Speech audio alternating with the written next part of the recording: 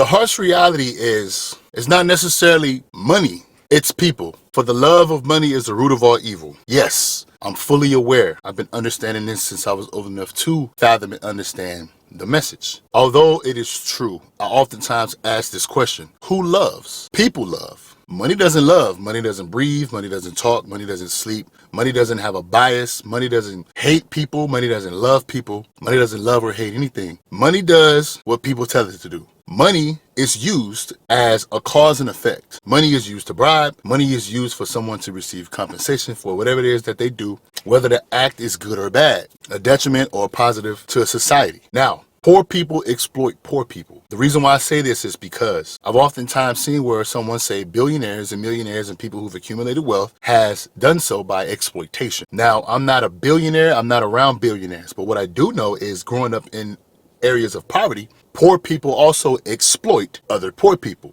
It's due to survival instinct, lack of opportunity, systematic issues. That and many other things puts together the cycle of exploitation. Now, I brought up the love of money is the root of all evil because I want people to understand how it is very important. It is imperative for us to understand that we make choices.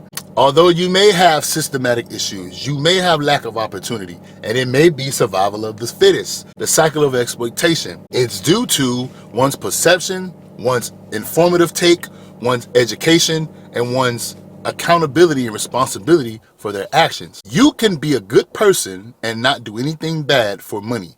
You can be a bad person and not do anything good for money. You can have a lot of money and not utilize that money, not put people in positions to do bad things for you because you can pay them a lot of money because they don't have money.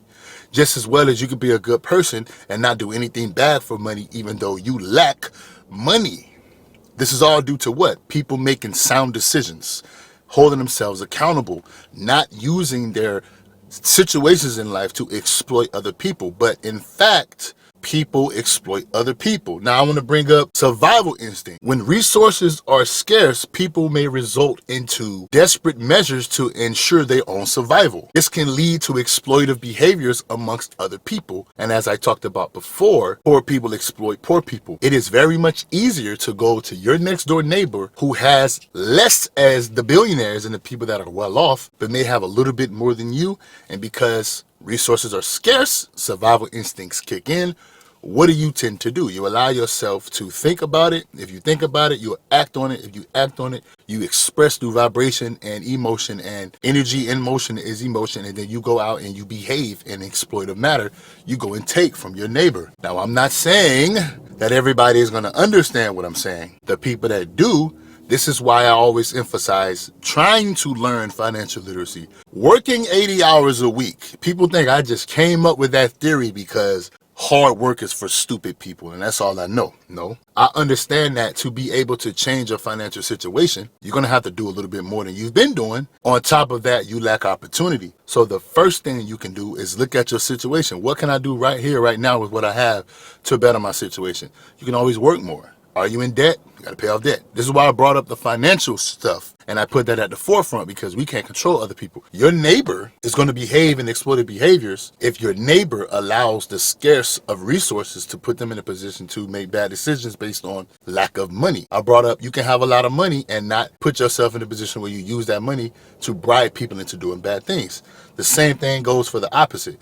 You can be poor and have less than and not act on exploitive behaviors and treat people wrong or carry out evil acts because you need money. You could just go work more. We bring up investing a lot. How are you going to invest if you have no capital? You need to work more, need to live below your means so you can have more money to invest. It's not guaranteed, but if you don't do it, you're guaranteed you're going to stay poor, and you're going to be amongst people who are going to exploit you that are also poor, or you're going to end up being a person that's poor that exploits poor people. You get what I'm saying? We can sit back and be mad at everything in society, or we can force ourselves to do what we can do to better ourselves in society. That's all I'm trying to say. Now, as far as society, systematic issues, yes, they do exist. Poverty, lack of education, inadequate resources, and or social support can create the environment where exploitation is at an all-time high. Some people will even consider it coping. And yes, these systematic behavior needs to be addressed and dealt with. But if they don't get dealt with because people are too busy doing what they're doing, whatever that is, how can we as individuals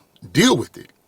we have to deal with our own lack of resources, our own systematic issues that we've built within ourselves. I read somewhere you can put good people in a bad system, you'll still have bad results because it's not necessarily people, it's the system. So we have to force ourselves to recreate our system. It's going to have to come with somebody's support.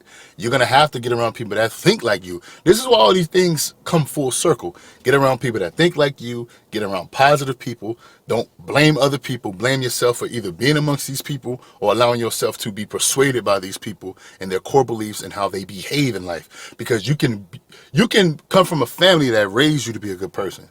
If you're always around people that are evil, that rob, steal, kill, more often than not, you'll end up doing those same things. Now, some of us can force ourselves to not participate in those activities. I said that in another video about me having friends that actually committed crimes, but I never was there. But I had a friendship with them that didn't involve what they were doing outside of our friendship. They didn't go against me by me participating in the things that they were not involved in. I was the nerd. I was the guy that went to school, played football. They all did what they did, right? We're not here to judge them. It happens. But you got to put yourself in a position to be around people that think like you. I'm thinking about systems because as a good person, I don't want to be in a system that's flawed. The results will be flawed no matter how good I am. You see what I mean? You can put somebody bad in a good system. The system itself will not be overwhelmed by the bad person and their behaviors. Oftentimes, the system will cause the bad person to either adapt and get rid of, remove some of those bad behaviors or altogether just quit because the system is what's going to provide the results, not just the people. You put good people in good systems, the results are exponential. You put bad people in good systems, they might not be as great, but there still would be some good. But put good people in bad systems, there's nothing you can do about that because the system itself is flawed, not the people. You get what I'm saying? Now we have the survival instincts. We have the system. Now here comes the force. This is what drives me. Lack of opportunity. So this goes back to every video I make about whatever I'm talking about. I always say it's full circle, guys. Listen to me. Lack of opportunity. If I don't go to school because I'm not fortunate enough to have the money, no matter what I do, I can't afford it. Okay, can I check out books at a library? Can I just read information? Yes. Nowadays, technology, you can have the book on your phone. You can have audio books. You can go to YouTube and type in books and they have the book on YouTube where you can just listen like you're listening to a music video, a podcast, or anything else, and you can listen and absorb the information. You also can work more. 80 hours. People swear I just bring up 80 hours just because I'm just some workaholic. It's a plan behind it. It's a process. And if you understand what I'm saying, like many of you do, you understand that it's not forever. You're not going to work 80 hours a week for the next 20 years. Although it's people that do that.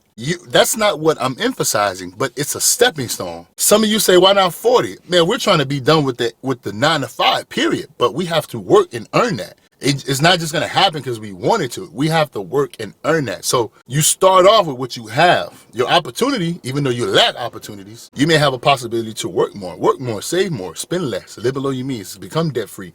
Do everything you need to do to put yourself in a better situation, better position. And then you continue to move forward. Limited access to legitimate opportunities can push people to doing things such as exploitation. I brought up the billionaires, and then I immediately wanted us to move away from the billionaires because although that may be true, we're not being exploited by billionaires as much as we're being exploited by people that live next door to us. Poor people exploit poor people more than poor people are being exploited by anybody else because the billionaires don't want your pennies, your crumbs. You have nothing. You're poor. So why are you exploiting poor people next door to you? Why are you being a person that is evil, but instead of you holding yourself accountable, you're talking about people who have more than you being evil? People are not just going to share what they have with everybody. We like to bring that up. Share. What do you have to share?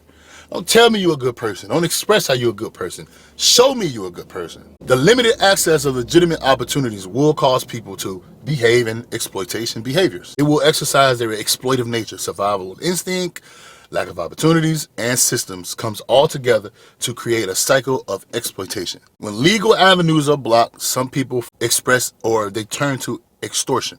That's just what it is. But we have to find opportunities. Knowledge is currency nowadays. We have to find opportunities. We have to outright force ourselves to put ourselves in a position to have opportunities. That comes with grit, that resilience. You have to force the issue, or you're just going to fall back into the cycle of exploitation. You can be mad at billionaires all you want. Everybody's trying to do something. I'm the guy that's always saying, what are you doing to better the situation? How can you better the situation? How can you work more? How can you learn more to earn more? How can you position yourself to utilize information and knowledge to put yourself in a better situation? Remove yourself from the distractions. Everybody's going to have an opinion. I brought up in the previous video how people can have a different perspective on life, and that makes us enemies. Listen, that to me is a distraction, because people are ignorant. And even if it's not ignorance, people see what they want to see. You could put two different people in front of one situation and they'll both see it differently. You can have facts. People will lead with their opinions. Even though facts are more important than opinions. Opinion is just opinions. Oftentimes it revolves around emotion. The facts are the facts. People will still use their opinions first when in fact, the facts are supposed to be the necessity towards every situation, not our opinions. But that's people.